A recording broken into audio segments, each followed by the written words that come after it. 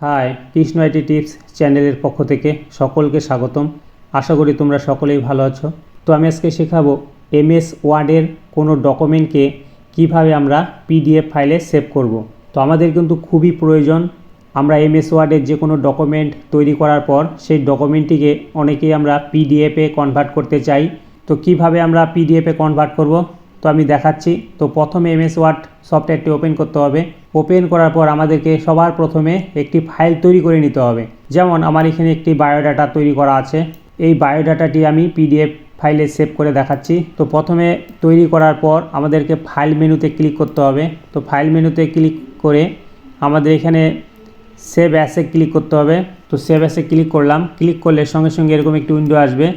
তো এবার আমরা ফাইলটি কোথায় সেভ করব, যেমন ডেস্কটপ, তো এখান থেকে আমরা ডেস্কটপ চয়েস করলাম। এরপর এখানে ফাইল নেম যে কোনো একটি নাম দিতে হবে, যেমন আমি BIO স্পেস দিয়ে DATA বায়োডাটা লিখলাম। আর আমরা এখান থেকে যদি এই যে পিডিএফে ক্লিক করি, এবার যদি আমরা সেভ করি তাহলে কিন্তু ফাইলটি পিডিএফে কনভার্ট হবে। এবার মিনিমাইজ যদি করি আমি, পিডিএফে কনভার্ট হয়ে গেল। এবার এটাকে যদি আমি ক্লোজ করি আর এটাকে যদি মিনিমাইজ করি, এবার আমরা যেটা সেভ করলাম এই যে বায়োডাটা, এটাকে ডবল ক্লিক করব, এটা কিন্তু পিডিএফ ফরম্যাটে সেভ হয়ে গেছে। এবার এই লেখাগুলো কিন্তু কোনো মোছা যাবে না বা এডিট হবে না, অর্থাৎ পিডিএফ ফাইল কিন্তু। তো এই পিডিএফ ফাইলটি আমরা যে কোনো হোয়াটসঅ্যাপ বা ইমেলের মাধ্যমে যে কোনো জায়গায় ট্রান্সফার করতে পারবো।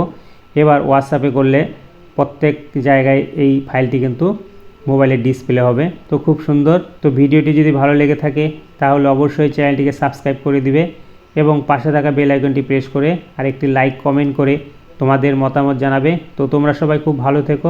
Thank you.